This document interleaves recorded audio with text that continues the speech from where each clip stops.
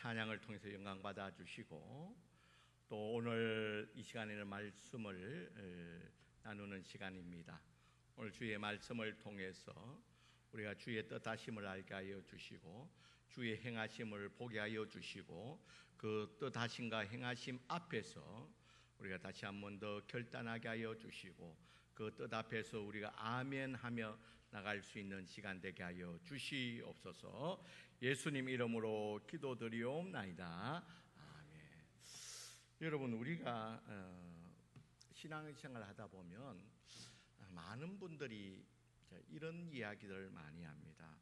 내가 한때는 신앙의 열정을 가지고 이렇게 신앙생활을 했는데 지금은 그 열정이 다 어디간데 없고 과거의 신앙에 비해서 너무 초라한 지금의 신앙의 모습을 늘 한탄하면서 또 낙심하면서 이 과거에 대한 신앙의 이야기들을 많이 하게 되는 그런 성도들을 많이 보게 됩니다. 오늘 그 본문의 시편 42편 여기에도 이런 신앙인들의 모습을 보게 됩니다.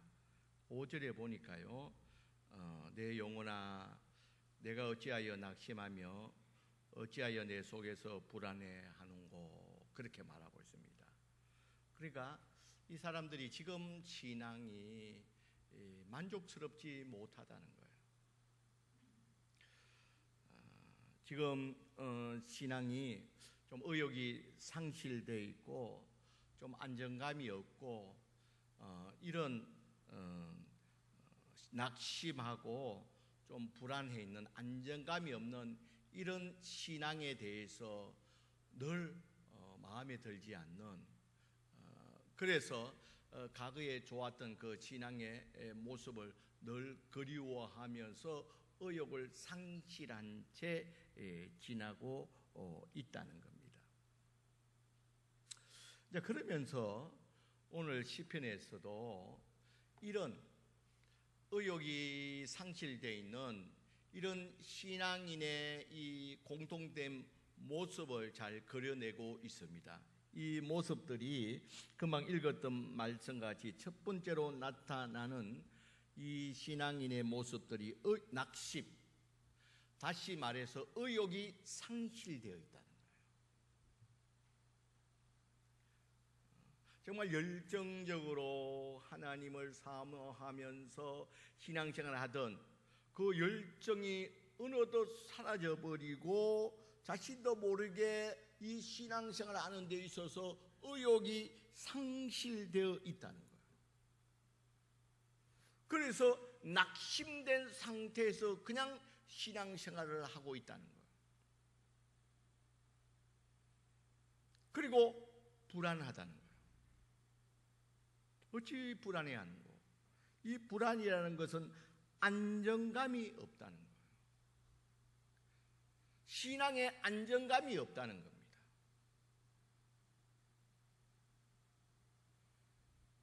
그러면서 4절에 보면요, 4절 후반절에 보면 이제 이 일을 기억하고 내 마음이 상하는도다. 과거에 하나님 집에서 내가 무리들과 기쁘고 찬송하고 주의 일들을 감당했던 그때 일들을 생각하며 지금 상태를 생각하며 마음이 상하는도다.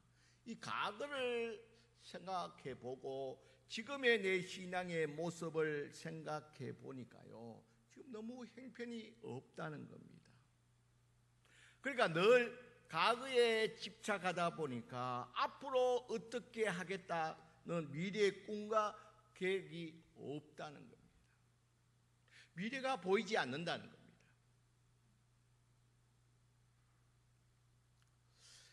이것이 바로 우리 낙심한 신앙인들의, 실망한 신앙인들의 이 모습을 보여주고 있다는 겁니다. 낙심하고 불안해하고 과거에 좋았던 신앙에만 집착하고 있는 이런 신앙인의 모습을 보여주고 있습니다. 이제 그러면서 이런 모습에서 그러면 어떻게 탈출할 것인가? 이렇게 낙심되고 불안해하고 과거에 좋았던 그 신앙만을 생각하고 그때만 그리워하고 현재에 만족하지 못하고 미래가 전혀 보이지 않는 이런 신앙의 모습에서 어떻게 탈출할 것인가? 그 탈출의 비결이 오늘 시편 42편에 보면요, 오늘 고라 자손의 맞서길이라고 되어 있습니다. 이 맞서길이라는 것은 우리가 여러분 아시는 분들겠지만 교훈이라는 그런 뜻입니다. 그리고 또 다른 말로 하면 깨달음이라는 그런 뜻입니다. 그러니까 고라 자손의 교훈이라고도 하고 고라 자손들이 깨달은 것을 오늘 시편에서 말씀하고 있다는 거예요. 이런 낙심과 불안 되어 있는 이 신앙인들의 이런 모습에 대해서 이것을 경험했던 고라 자손들이 이 깨달은 것이 있다는 겁니다. 여기서 어떻게 탈출할 수 있을까? 이런 시락에서 어떻게 벗어날 수 있는가? 이런 깨달음을 얻었다는 겁니다. 그 깨달음을 오늘 시편에서 말씀하고 있는데요. 먼저 우리가 이 시편 42편을 우리가 좀 더 이해하기 위해서는 이 고라 자손에 대해서 우리가 좀 알아야 됩니다. 여러분, 우리 고라 자손은 우리가 여러분 잘 압니다. 우리 민수기 16장에 보면요, 이 고라 자손은 이 모세에 대해서 반역을 하게 되죠. 그러니까 이 고라 자손이라는 것은 다시 말해서 레위 지파의 후손입니다. 레위 지파 중에 그 아들 가운데서 고핫, 그 아들의 자손인데요. 이 그핫의 아들 가운데 첫째 아들이 있고 둘째 아들이 있습니다. 그런데 이 모세와 아론은 이 그핫의 첫째 아들의 자녀들입니다. 그리고 이 고라는 이 고핫의 둘째 아들의 자녀입니다. 그러니까 모세와 아론과는 형제고 이 고핫과의 관계는 사촌 형제들입니다. 그런데 하나님이 이 모세에게는 왕권을, 또 이 아론에게는 제사장 이 위치를 다 넘겨주고, 이 둘째 이 아들에게는, 고핫의 둘째 아들에게는 성경 기물을, 성물을 담당하는, 다시 말해서 성전에 관계되는 성가대라든지 성물을 관리한다든지 또 성전에 가는 모든 것들을 관리할 수 있는 이 모든 것들을 책임을 나누었습니다. 자, 그러다가 이들도 성물을 다루기 때문에 성막에 같이 들어가게 됩니다. 들어가면서 이 고핫이 좀 마음에 불편함을 느꼈습니다. 왜 아론의 이 자손들만, 이 사촌들만, 그리고 사촌 아론의 아들, 그러니까 조카들, 육촌 조카지요. 이 조카들만 이렇게 제사장으로 넘어가고 자기들은 성전에 이런 일들만 해야 되는, 여기에 대한 불만을 가지게 되었다는 거예요. 이것도 참 귀한 일인데도 불구하고 같이 성전에서 일을 하다 보니까 왜 저들만이 제사장을 하고 있느냐는 거예요. 그래서 거기에서 사람들을 규합해서 이 모세에 대해서, 아론에 대해서 반란을 일으켰습니다. 왜 하나님의 은혜가 너희에게만 있냐, 우리에게도 말하고 있다는 겁니다. 이제 여기에 대해서 하나님이 심판하기를, 그 모여서 업무하던 그 장소에 땅을 갈라가지고 사람을 다 생매장을 시켜버립니다. 그리고 여기에 참여했던 족장 250명을 불을 내려가 다 화형을 시켜버립니다. 그런데 이제 이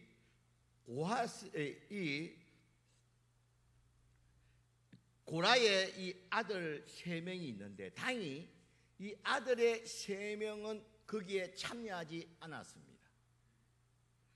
그래서 그 이후에 이 아들의 3명이, 한 아들은, 그 후손들은 성전의 문지기로, 그 다음에는 성가대로, 그 다음에는 성전의 요리사로 이렇게 주의 일들을, 성전의 일들을 계속하게 되었습니다. 그럼에도 불구하고 이들은 이 고라의 자손이라는 이 하나님의 심판을 받은 이 자손이라는 이런 꼬리표를 달고 있었습니다. 그로 말미암아 이들이 열등감을 갖고 있었고, 좋지 않은 시선을 받으면서 이 성전에서 일을 하게 되었다는 거예요. 저들은 하나님의 심판을 받은, 이 하나님의 뜻을 거리키다가 반역을 하다가 하나님의 심판을 받은 고라의 후손이라는 이런 꼬리표를 늘 달고 다녔다는 거예요. 그로 말미암아 이들이 자기도 모르는 사이에 이 신앙에 있어서 낙심하게 되고 또 불안해하게 되었다는 거예요. 그러면서 이들이 가지는 것은, 과거에 이 고라가 반역을 일으키기 전에 기쁨으로 하나님이 성전에서 이렇게 섬겼던, 성가대로서 일을 하고 했던 이 좋은 때를 생각하면서 지금은 너무 힘들고 이런 곱지 않은 시선으로 말미암아 너무 낙심되고 불안하고 힘들고 어려운 상황 가운데 있다는 거예요. 이것을 지금 고백하고 있다는 겁니다.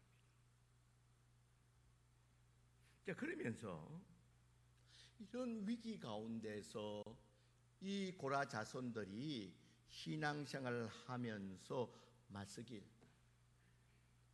깨달음이 있었다는 거예요. 이 깨달은 게 뭡니까?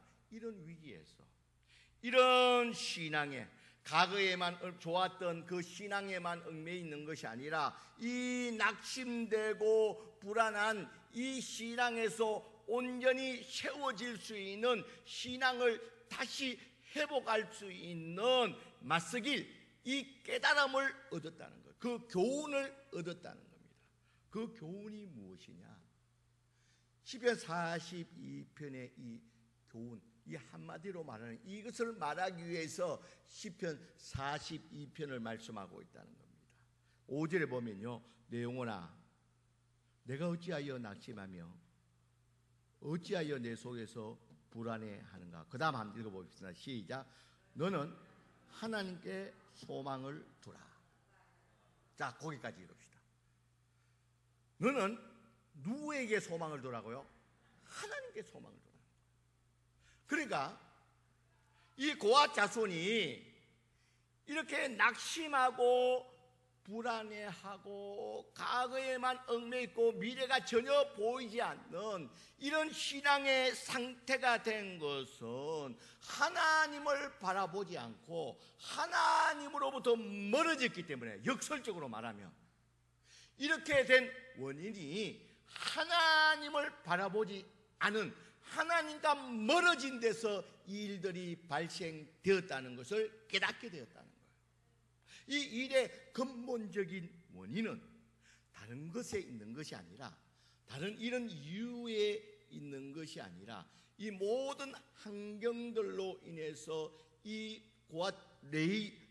고라 자손들이 하나님으로부터, 하나님을 바라보는 것으로부터, 하나님으로부터 멀어진 데서 이 일들이 발생되었다는 거예요. 원인이 거기에 있었다는 거예요. 그것을 깨닫게 되었다는 거예요.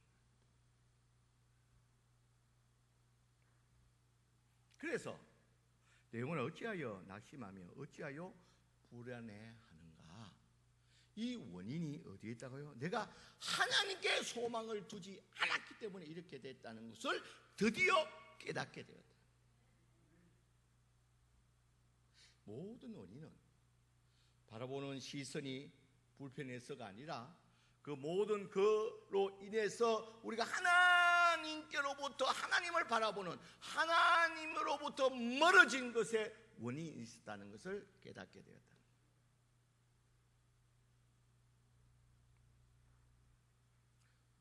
그러면서 여기서 말씀하고 있습니다. 그러면 하나님을 바라보는데 그럼 어떻게 구체적으로 바라볼 것인가? 그것을 말씀하고 있습니다. 그럼 그 원인을 찾았다는 거예요.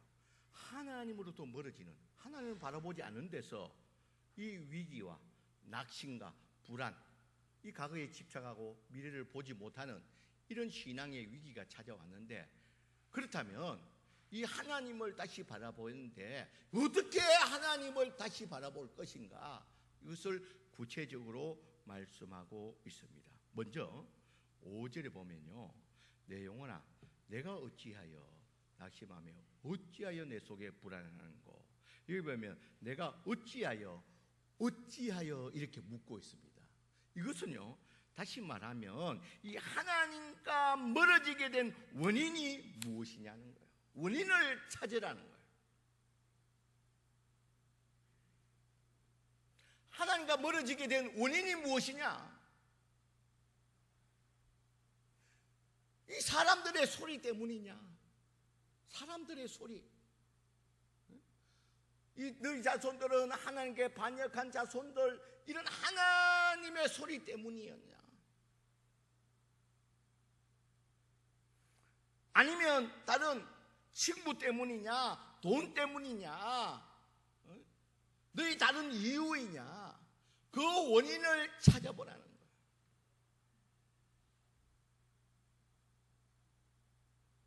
하나님을 바라봄에 있어서 내가 왜 이렇게 하나님과 멀어지게 되고 하나님을 바라보지 못하게 됐는지 그 원인이 무엇인가를 찾아보라는 거예요. 내가 어찌하여서 이렇게 되었느냐?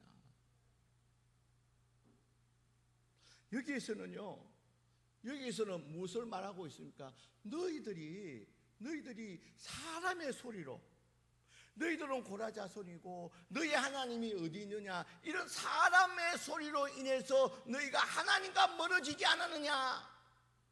너희가 어찌하여서 불안해하고 낙심해하느냐? 그 원인이 무엇이냐? 그 원인을 찾아보라는 거예요. 왜 하나님께로 가까이 가지 못하고 왜 하나님을 바라보지 못하느냐? 그 원인이 무엇이냐를 너희가 살펴보라는 겁니다. 그런 의미에서 어찌하여서 묻고 있습니다. 두 번째는요, 바라봄의 구체적인 방법에서는 5절에 보면 내 영혼아 라고 되어 있습니다. 여기서 여러분, 내 영혼이라는 것은 다른 것이 아니라 이 위기 상황에서 일어나는 것은 다른 사람이 세워주는 것이 아니라 누가 일어나야 된다는 것입니까? 내가 일어나야 된다. 내가 하나님께 나가야 되고, 내가 주님께 나가야 되고, 내가 주님을 바라봐야 되고, 내가 주님께 다가가야 된다는 거예요. 누가 해주는 것이 아니라 내 영혼아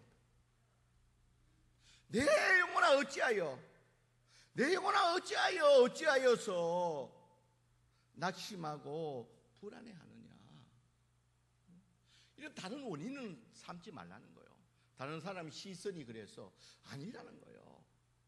이 모든 것을 바라보면 그는 누구냐, 아니면 누가 해야 되냐 하면 바로 너가 해야 된다는 거예요. 그래서 내 영혼아 어찌하여 네가 낙심하고 불안해하느냐.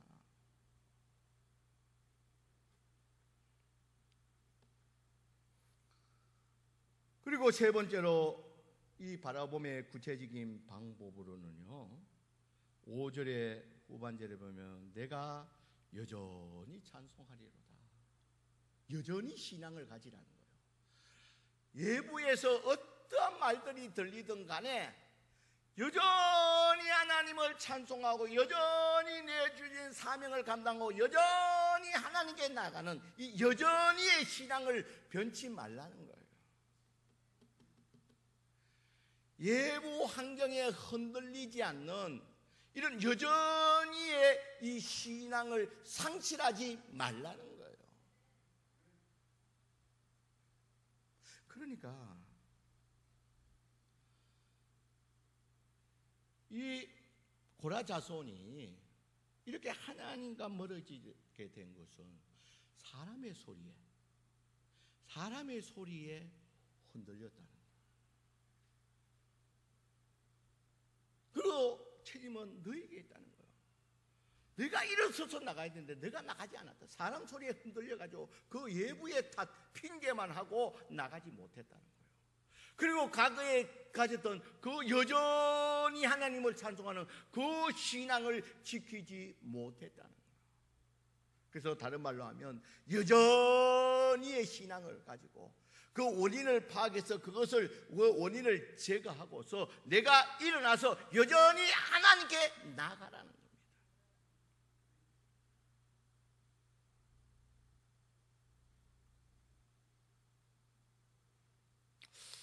여러분, 지금 우리 그 코로나 사태로 말미암아 이 상황들이 참으로 어렵습니다, 여러분. 이게 다행히 이제 교회 뭐 예배나 소그룹 모임이나 뭐 식사나 이제는 뭐 좀 알아서 잘 하시라고 정부에서 뒤늦게나마 그렇게 한 건 참 잘한 일입니다. 자, 이때일수록 우리 교회가 방역을 더 잘해야 될 줄 믿습니다. 여러분, 이때일수록 우리가 교회가 더 모범적으로 마스크도 쓰고 뭐 소독도 좀 더 잘하고 해야 됩니다. 유옥성 권사님 정말 뭐 우리 목양실에 뭐 난 몇 번 만지도 않았는데 뭐 얼마나 닦는지 껍질 그 페인트 다 벗겨질 것 같아요. 얼마나 닦아내는지 손잡이 철저하게 닦습니다. 그리고 이때일수록 정부 이럴 때일수록 우리가 더 모범적으로 이 방역 수칙을 잘 지켜줘야 됩니다. 여러분, 조금 숨쉬기에 해롭더라도 그래서 마스크를 꼭 좀 끼고요. 제가 이야기했지만 그 사랑의 교회 그 확진자가 한 사람 예배 같이 드렸는데 9,000명이 같이 예배드렸는데 다 9,000명을 다 해봐도 한 명도 걸리지 않아요. 마스크를 워낙 철저하게 쓰면 걸리지 않는다는 거예요. 그래서 무엇보다도 세계적으로도 마스크를 철저하게 쓰는 것이 중요합니다. 그래서 그럼 목사님 왜 마스크 안 씁니까? 그 정부에서도 설교하는 사람은 봐준답니다. 설교하는 사람은 거리만 유지되면 우리 교회 같이 2m만 유지만 되면 2m 가까이 오지 마세요. 2m만 유지되면 설교자는 그렇게 봐준답니다. 어쨌든 여러분, 그럼에도 불구하고 여러분 우리가 교회에 오는데 많은 어려움이 있습니다. 이제 겨우 여러분 공무원이라든지 교사라든지 다른 복지시설한 데는 정부에서 이 가면 안 되는 그런 어려움이 있었습니다. 그래서 우리들도 올 수가 없으니까 어쩔 수 없이 방송으로서 이렇게 방송을 보내고 그렇게라도 예배 자리에 놓을 수 있도록 그렇게 조치를 취했습니다. 여러분, 우리가 꼭 이제 기억해야 되는 건 앞으로도 여러분 우리가 이 코로나가 저는 이렇게 생각합니다. 이 코로나가 이게 더 무서운 것이 아니라 이 코로나로 인해서 우리의 신앙이 주저앉았다는 것이 난 더 무섭다는 것입니다.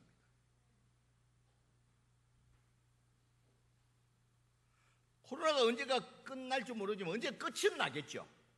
언제까지 백신은 오겠죠. 그러나 이것으로 말미암아 우리 신앙이 주저앉아 버린다. 여러분 오늘 성경에 나와 있는 이 고라자손과 같이 이 조상의 죄로 말미암아 많은 사람들의 그 소리로 말미암아 자기도 모르는 사이에 하나님과 멀어지고 낙심과 불안과 과거만 예상하는 이런 신앙의 자리로 이런 핑계의 자리에서 머물러서는 안 된다는 겁니다. 여러분 이럴 때일수록 우리는 이런 고라 자손의 맞서길 교훈, 이런 깨달음이 있는 것 같이 우리가 이때일수록 여전히의 신앙을 가지고 여전히 하나님께 나와야 되는 줄 믿습니다, 여러분. 여러분 이것이 이 코로나로 인해서 우리의 신앙이 주저앉으면 절대 안 된다는 사실을 여러분 꼭 기억하시길 바랍니다. 코로나 전에 우리는 참 좋았는데 이렇게 할 때가 좋았는데 그런 자리에 빠져 있었고 낙심하고 불안해해서는 안 된다는 거예요. 그리고 앞으로 여러분 사람들의 소리에 너무 흔들리지 말자는 거예요. 이번에 정부에서도 이 교회가 이렇게 잘 짓고 있는데 그 잘못 판단했다고 그 오류한 걸 인정하지 않았습니까?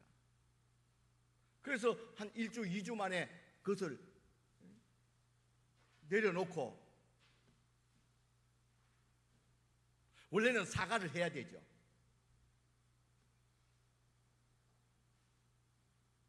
뭐 사과까지 하겠습니까만 실수했다는 걸 인정했죠. 그래서 여러분 이 코로나 사태가 언제 끝날지 모릅니다. 그러나 여러분 이 코로나 사태가 핑계가 되어서는 안 된다는 거예요. 우리의 신앙생활 하는데 이것이 핑계가 되고 이유가 되어서는 안 된다는 거예요. 어찌하여 너희 신앙이 이렇게 낙심되고 불안해하는 거 그 물었을 때에 이 코로나 때문에 그렇습니다. 코로나 때문에 그렇습니다. 그렇게 하지 말라는 거예요. 이게 오늘 고라 자손이 깨달은 거예요. 여러분 우리는 이 코로나 사태임에도 불구하고 오늘 성경에 나오는 여전히의 신앙을 가지고 주님께 나가야 되는 줄 믿습니다. 여러분. 이 모임 가운데서도 여러분 모임 가운데서 방역을 철저하게 지키면서 이 여전히의 신앙을 가지고 하나님께로 나와야 되는 줄 믿습니다. 여러분 절대 코로나가 여러분의 핑계가 되어서는 안 된다는 거예요. 코로나 전에가 좋았는데 아닙니다. 저는 오히려 이 코로나 이후에 이 시대를 우리가 기대해야 되는 줄 믿습니다. 여러분 코로나 전에 우리 모일 땐 자유롭게 모여서 식사도 하고 마음껏 모임도 가지고 좋았는데 그렇게 하지 말라는 겁니다. 그래서 여러분 저는 요 사이에 느끼는 것은 이 새벽 기도가 너무 좋은 것 같아요. 여러분 요번에 새벽 기도 오기가 새벽에 여러분들 새벽 기도가 제일 좋습니다. 새벽에 일어나면 시원하기도 하고요. 지난번엔 새벽에 오니까 날씨가 조금 후덥더라고. 에어컨 틀으라 그랬어요. 최적의 환경에서. 근데 요사이는 에어컨 틀 필요도 없고 여러분 새벽에 하나님 앞에 하나님께 나와서 하나님을 바라볼 수 있는 여러분들이 되시길 바랍니다. 그리고 만약에 여러분 환경상 여건상 새벽 기도가 되지 않는다면 여러분 오늘 이 시간에 결단해야 됩니다. 이 코로나를 핑계대지 말고 결단해야 되는 것은 하루에 10분을 하나님 앞에 엎드려서 하나님을 바라볼 수 있는 시간을 가지시기를 주의 이름으로 간절히 축원드립니다. 새벽기도가 여건상 환경상 안 되는 분들이 있습니다. 어쩔 수 없습니다. 그러나 그 여건이 안 되는 분들은, 새벽기도 오면 제일 좋은데 안 되는 분들은, 나머지 분들은 하루에 몇 분요? 10분. 정말 10분은 어느 때보다도, 코로나 이전보다도, 코로나 지금 사태 가운데서는 적어도 하루에 10분을 시간을 내어서 10분의 시간을 할애해서 하나님 앞에 나갈 수 있는, 하나님 앞에 무릎 꿇을 수 있는 그런 시간들을 꼭 가지시기를 주의 이름으로 간절히 축원드립니다. 여러분, 어떤 이유도, 어떤 사람의 말도 믿지 말고 이 하나님의 바라봄의 이 신앙, 이 여전함의 신앙을 놓쳐버리면 어떤 이유도 안 된다는 겁니다.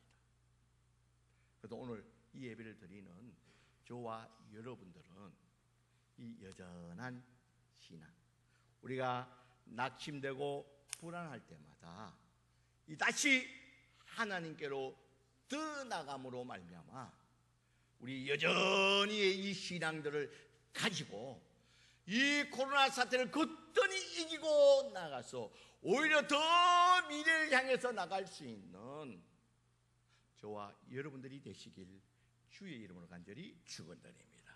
기도합시다. 사랑이 많으신 하나님,